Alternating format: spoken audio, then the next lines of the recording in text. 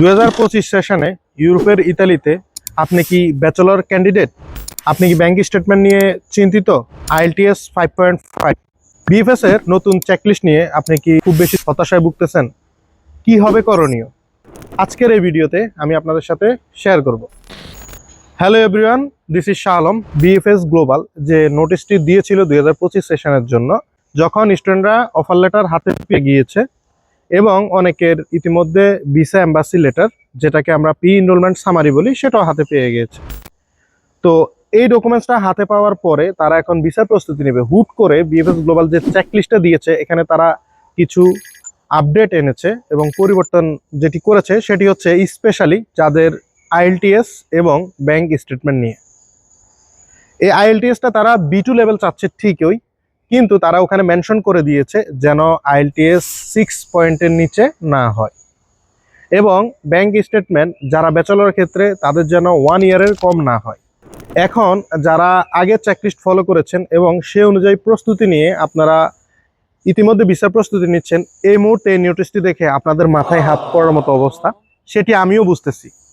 এজন্য আপনাদেরকে যে সমাধানটি দিতে চাই সেটি হলো, আপনাদের 5.5 মিনস হচ্ছে আপনাদের B2 লেভেল ইতিমধ্যে রয়েছে, এবং আপনি যখন ভার্সিটিতে অ্যাপ্লাই করেন, ভার্সিটি আপনার ল্যাঙ্গুয়েজ প্রফিসিয়েন্সিটা ভেরিফাইড করে তখন প্রি এনরোলমেন্ট সামারিতে উল্লেখ করে দেয় যে ল্যাঙ্গুয়েজ হ্যাজ বিন ভেরিফাইড। সেক্ষেত্রে আপনাদের যে ভাষাগত যোগ্যতা বা ভাষাগত সার্টিফিকেট, সেটির আর প্রয়োজন পড়ে না। তবুও এম্বাসির স্পেশাল কিছু রিকোয়ারমেন্ট থাকে। সেক্ষেত্রে এম্বাসি বিএফএস এর মাধ্যমে বলেছে যেহেতু আপনাদের মিনিমাম 6 লাগবে, এই ক্ষেত্রে আপনারা চিন্তিত হওয়াটাই স্বাভাবিক। তবে চিন্তার কোনো কারণ নেই, কারণ বিএফএস গ্লোবালে আপনি যে সকল ডকুমেন্টসই দিবেন না কেন তারা সেগুলো অ্যাকসেপ্ট করবে। হয়তো তারা আপনাকে একটি ডিসক্লেমার দিতে পারে যে আইএলটিএস লেস দ্যান 6, এবং যাদের ব্যাংক স্টেটমেন্ট 6 মাসের রয়েছে কিন্তু আপনারা 1 ইয়ারের নিতে পারতেছেন না, হয়তো আপনার স্পন্সরেরটা 1 ইয়ারের নিতে পারতেছেন না, কিংবা আপনার নিজস্ব ব্যাংক অ্যাকাউন্টটি 6 মাসের স্টেটমেন্টের বেশি আপনি নিতে পারতেছেন না, এই ক্ষেত্রেও বিএফএস গ্লোবাল আপনাকে ডিসক্লেমার দিতে পারে। এতে হতাশ হওয়ার কারণ নাই। এমন নয় তারা চেকলিস্টে উল্লেখ করে নাই যে এই আইএলটিএস 6 এর নিচে তারা নিবে না, কিংবা আপনার স্টেটমেন্ট 12 মাসের নিচে তারা ফাইল অ্যাকসেপ্ট করবে না, এই ধরনের কোনো নোটিশ তারা এখনো পর্যন্ত নাই। সুতরাং আপনারা ফাইল জমা দেওয়ার চেষ্টা করবেন। ফর এক্সাম্পল, ভিসা আবেদনের জন্য আপনার যে চেকলিস্ট রয়েছে বা যে ডকুমেন্টসগুলো আপনি সাবমিট করবেন, সেগুলোকে যদি আমি 100 মার্কস ধরি, সেক্ষেত্রে আপনার আইএলটিএস এবং ব্যাংক স্টেটমেন্টকে আমি 30 মার্কস ধরলাম। বাকি 70% যে ডকুমেন্টসগুলো রয়েছে সেগুলো আপনি 70%ই রাখবেন, নট লেস দ্যান 70। আপনি 70 ফুলফিল করেন, বাকি 30 মার্কস আপনি আইএলটিএস এবং ব্যাংক স্টেটমেন্ট নিয়ে রেডি থাকবেন। অবশ্যই আপনি 6 মান্থ দিলে যেন আপনার ব্যাংক স্টেটমেন্টটা সঠিক এবং অথেন্টিক হয়। এক্ষেত্রে যেন কোনো প্রকার অ্যাবনর্মাল ট্রানজ্যাকশন কিংবা অ্যাবনর্মাল ব্যাংক স্টেটমেন্ট না হয় অথবা ক্রস ম্যাচিং না হয়।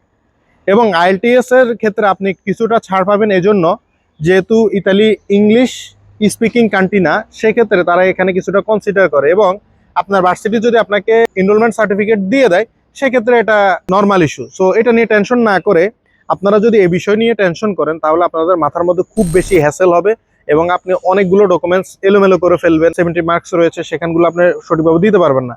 সুতরাং আপনি কেয়ারফুল থাকবেন এবং ডকুমেন্টসগুলো অ্যারেঞ্জ করে সঠিকভাবে ঠান্ডা মাথায় আপনি জমা দিবেন বিএফএস গ্লোবালে।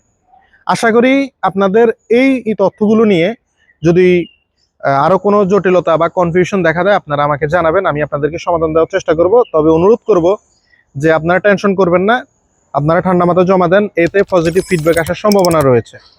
এবং একটা কথা মনে রাখবেন, বিগত বছরগুলোতে যে সকল স্টুডেন্টরা ভিসা পেয়েছে, এমনও আছে যে 3 মাসের ব্যাংক স্টেটমেন্ট দিয়ে ভিসা পেয়েছে, এমনও আছে যাদের আইএলটিএস 5 তারাও ভিসা পেয়েছে।